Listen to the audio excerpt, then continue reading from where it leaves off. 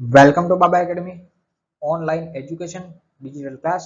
હું ગૌરવ મકવાણા બાબા એકેડમીના online digital platform ઉપર આપ સર્વે વિદ્યાર્થી મિત્રોનું હાર્દિક સ્વાગત કરું છું. આપણે ભણી રહ્યા છીએ ધોરણ 10 વિષય ગણિત. એમાં પ્રકરણ નંબર 14 છે સંભાવના. એમાં 14.1 વિશે અભ્યાસ કરી રહ્યા છે, જેમાં દાખલા નંબર કયો પહોંચ્યા છે? 6 સુધી પહોંચ્યા છે અને દાખલા નંબર 5 સુધી તમે ભણી ગયા છો. જો ના જોયો તો એ વિડીયો તમારે જોઈ લેવા વિનંતી. બરાબર, તો અહીંયા દાખલા નંબર 6 ની રકમ આપી કે એક થેલામાં, એક મિનિટ બ્લેક પેન કરી દઉં. ઓકે, એક થેલામાં લીંબુના સ્વાદની જ મીઠાઈઓ છે. એક થેલો છે, એની અંદર મીઠાઈ છે, બરાબર, પણ સ્વાદ કેવો છે એનો? લીંબુ, બરાબર, લીંબુના સ્વાદનો મીઠાઈઓ છે. હવે માલીની છે, માલીની બેન શું કરે છે? થેલામાં જોયા વગર એક મીઠાઈ બહાર કાઢે. હવે આપણને ખબર છે કે એક થેલો છે અને થેલામાં કેવી મીઠાઈઓ છે? લીંબુના સ્વાદની. હવે થેલામાં જોઈને હાથ નાખે કે જોયા વગર હાથ નીકળે? શું નીકળવાનું? લીંબુના સ્વાદની મીઠાઈ નીકળવાની. પણ અહીંયા એક નંબર શું કીધું? કે નારંગીના સ્વાદની મીઠાઈ હોય તો કઈ જાદુ તો થવાનું નથી, નારંગીના સ્વાદનો તો કશું નીકળવાનું નથી, બરાબર. અને 2 નંબર કીધું કે લીંબુના સ્વાદની મીઠાઈ હોય તેની સંભાવના કેટલી થાય? બરાબર, હવે જોઈને ખબર પડી જાય. મેં તમને શરૂઆતમાં શું કીધું? જો 100% શક્યતા હોય, બરાબર, 100% સંભાવના હોય તો એનો જવાબ 1 થાય, અને જો એ ટોટલી ખોટું હોય તો જવાબ 0 થાય. હવે અહીંયા નારંગીના સ્વાદની મીઠાઈ આપવાની ખરી, કેમ કે આપણે લીંબુના સ્વાદની, થેલાની અંદર લીંબુના સ્વાદની મીઠાઈ છે, તો નારંગીના સ્વાદની નીકળવાની નથી નીકળવાની, તો આનો જવાબ શું થાય? પહેલાનો 0. બીજું શું કીધું? લીંબુના સ્વાદની મીઠાઈ હોય તો લીંબુના સ્વાદની જ હોય, કારણ કે એની અંદર શું લીંબુના સ્વાદની છે, તો લીંબુના સ્વાદની જ હોય ને, તો એનો જવાબ થાય 1.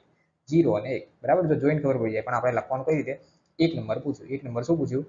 કે નારંગીના સ્વાદની મીઠાઈ હોય, જે આ રહ્યું. 1 નંબરમાં પૂછ્યું કે નારંગીના સ્વાદની મીઠાઈ હોય, તો એનો જવાબ આપણે લખીએ. અહીં આપેલ થેલામાં ફક્ત લીંબુના જ સ્વાદની મીઠાઈઓ છે, તેથી તેમાં નારંગીના સ્વાદની મીઠાઈ હોઈ શકે તેવું શક્ય છે જ નહીં. બરાબર, આવું આપણે લખી નાખ્યું. માટે શું લખી શકાય? કે આમ કહી શકાય કે આપેલ ઘટનાની સંભાવના કેવી થાય? 0 થાય. એની અંદર છે જ લીંબુના સ્વાદની, તો નારંગી આપવાની છે નહીં, જાદુ કંઈ થવાનું નથી. બરાબર, તો આ પહેલાનો જવાબ થયો, 1 નંબરનો જવાબ. હવે જોઈએ 2 નંબર.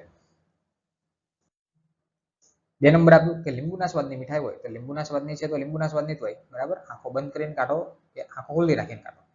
ચલો, જવાબ લખ્યું છે કે અહીં આપેલ થેલામાં ફક્ત લીંબુના જ સ્વાદની મીઠાઈઓ છે, તેથી પસંદ કરેલ મીઠાઈ પણ કેવી હશે? લીંબુના સ્વાદની જ હશે. બરાબર, તો આમ કહી શકાય. શું કહી શકાય? આમ કહી શકાય કે આપેલ ઘટનાની સંભાવના 1 થાય, કારણ કે જે લીંબુના સ્વાદની છે તો ઘટના 1 જ થવાની, 1 જ નીકળશે કે લીંબુના સ્વાદની. બરાબર, તો આ થયો તમારો દાખલાનો જવાબ. એટલે ખબર પડી. જોઈએ આગળનો દાખલો. આગળ છે 7 નંબર. 7મા દાખલાની રકમ આપી. આપેલ છે કે 3 વિદ્યાર્થીઓના સમૂહમાં 2 વિદ્યાર્થીઓના જન્મદિવસ સમાન ન હોય.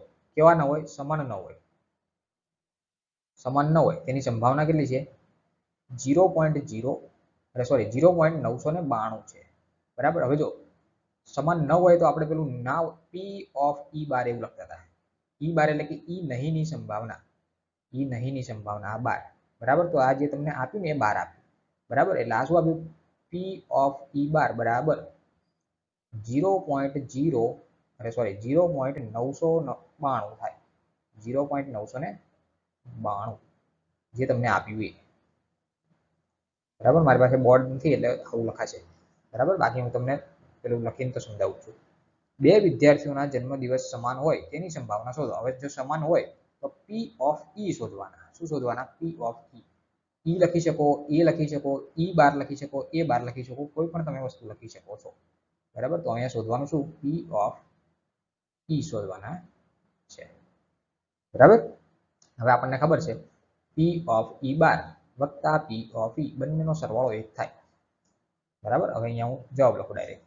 અહીં 2 વિદ્યાર્થીઓના જન્મદિવસ સમાન ન હોય તેની સંભાવના પી ઓફ ઈ બરાબર 0.992 આપેલ છે.